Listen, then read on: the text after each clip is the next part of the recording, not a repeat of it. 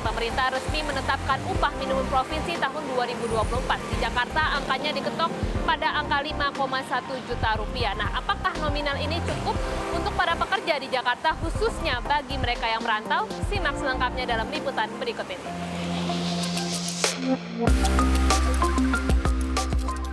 Gemerlap kota Jakarta masih menjadi magnet bagi para perantau yang hendak mengadu nasib. Predikat Jakarta sebagai pusat bisnis dan ekonomi membuat banyak orang dari daerah ingin mencoba peruntungan hidupnya di kota besar. Dinas Kependudukan dan Catatan Sipil DKI Jakarta mencatat pada 2020 sebanyak 113.814 orang pendatang masuk ke ibu kota. Sedangkan pada 2021, angkanya naik menjadi 139.740 orang dan pada 2022 terdapat 151.752 pendatang. Tahun 2023, Stuk Capil memprediksi akan ada kenaikan pendatang sekitar 30 hingga 40%. Angka upah minimum provinsi di Jakarta tahun 2024 juga tercatat sebagai upah paling tinggi se-Indonesia, meski hanya naik 3,3%. Hal ini juga menjadi salah satu magnet bagi para pendatang ke ibu kota.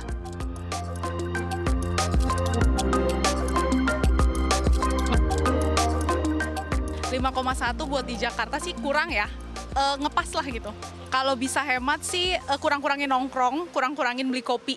Kayaknya kalau buat di Jakarta kurang ya Kak, soalnya kan transport, terus habis itu harga makanan, makan siang gitu-gitu kan lumayan ya Kak. Kayaknya kalau 5,1 sih kurang sih Kak. Kalau aku sih ngakalinnya transport naik Transjakarta karena lebih murah, tapi yaitu jadinya perjalanannya waktunya lebih lama. Nah sama bawa bekal sih kalau ke kantor, jadi nggak usah jajan-jajan di luar lagi gitu.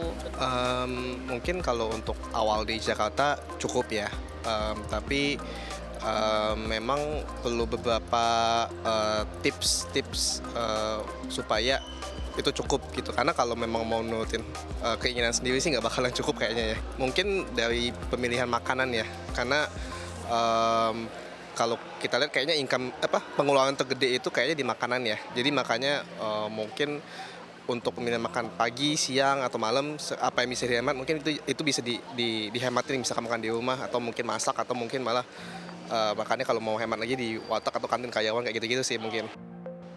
Kalau aku sih jujur cukup-cukup aja ya, karena berapapun besarnya dicukup-cukupin aja deh gitu. Jadi aku paling siasatinnya dalam sebulan aku cuma bisa nongkrong berapa kali gitu. Jadi misalnya tiap minggu aku harusnya nongkrong, tapi dengan pendapatan yang segitu ya udah berarti aku cuma bisa nongkrong 2 minggu sekali gitu.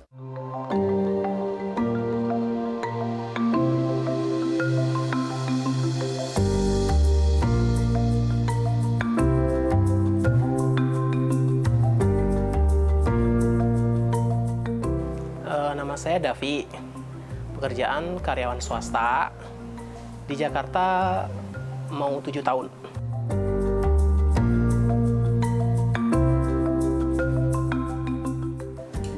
Karena dari segi gaji sih Kak, jadi kan kalau saya di daerah tuh UMR-nya rendah ya, jadi kalau misalnya buat lulusan sarjana juga dengan gaji yang kisaran 2-3 itu kayaknya mikirnya habis buat hidup aja deh gitu. Nah kalau di Jakarta ya kata orang sih biaya hidupnya mahal ya gitu. Kalau dilihat dari gaji yang ditawarkan oleh perusahaan itu ya lebih menarik aja. Terus kayaknya lebih bisa menabung lebih banyak kalau dibandingkan kerja di daerah gitu.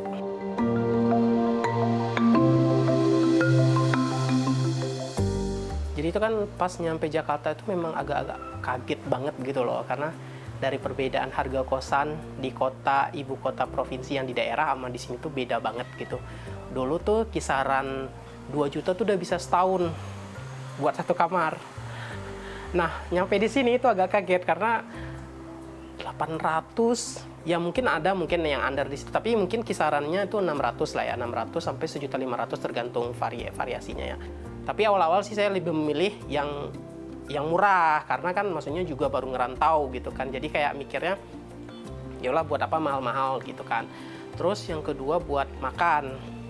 Kalau dulu kan pas saya di kota provinsi saya, yang saya ngerantau cuma 2 jam itu, ya buat makan, sekali makan tuh ya buat anak kosan ya murah lah, 8.000 juga udah kenyang gitu. Nyampe di sini sih ya agak kaget sih. Harganya lumayan, maksudnya itu ya sekali makan bisa 15 sampai 20.000 lah buat sekali makan. Jadi ya saya sih rata-rata sih makannya itu 2 kali sehari. Biasanya sih yang sekalinya itu misalnya roti atau apa gitu kan. Jadi buat makan pokok gitu ya 50 kali sebulan 1.500.000 buat makan doang.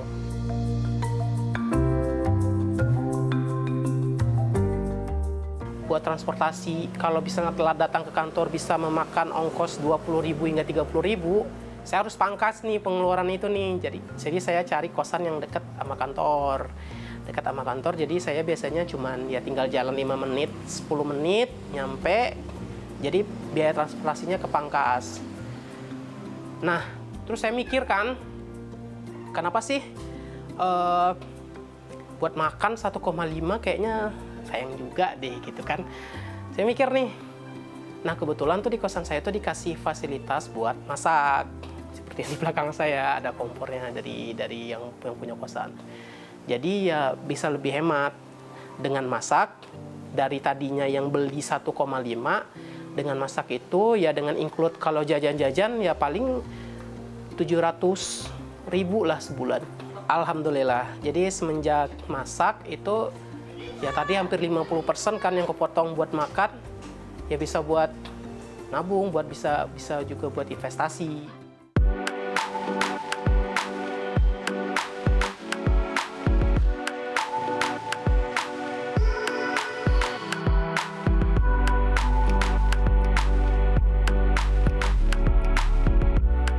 Halo, nama saya Tami, saya karyawan swasta, sudah 8 tahun bekerja di Jakarta.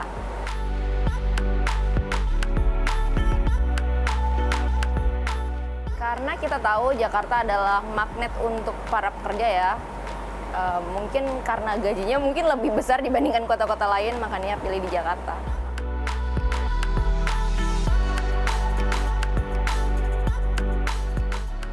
Yang pertama pasti biaya sewa hunian atau sewa kosan. Yang kedua itu biaya makan.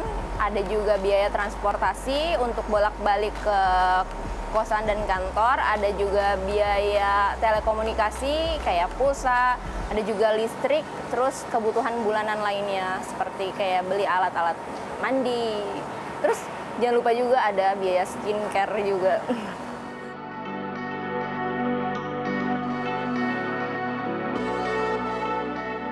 Pos paling besar sebenarnya ada 2, yaitu biaya sewa kosan, sewa hunian, dan biaya makan.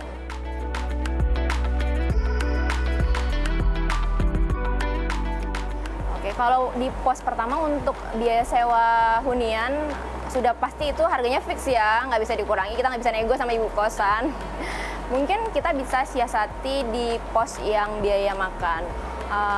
Dalam keseharian saya mungkin lebih banyak bekerja di kantor atau menghabiskan waktu di kantor sehingga sering kali lebih banyak makan atau beli jadi. Tapi ketika libur di weekend saya siasati untuk masak sendiri, jadi belanja di pasar. Itu lumayan menghemat sih dibandingkan beli.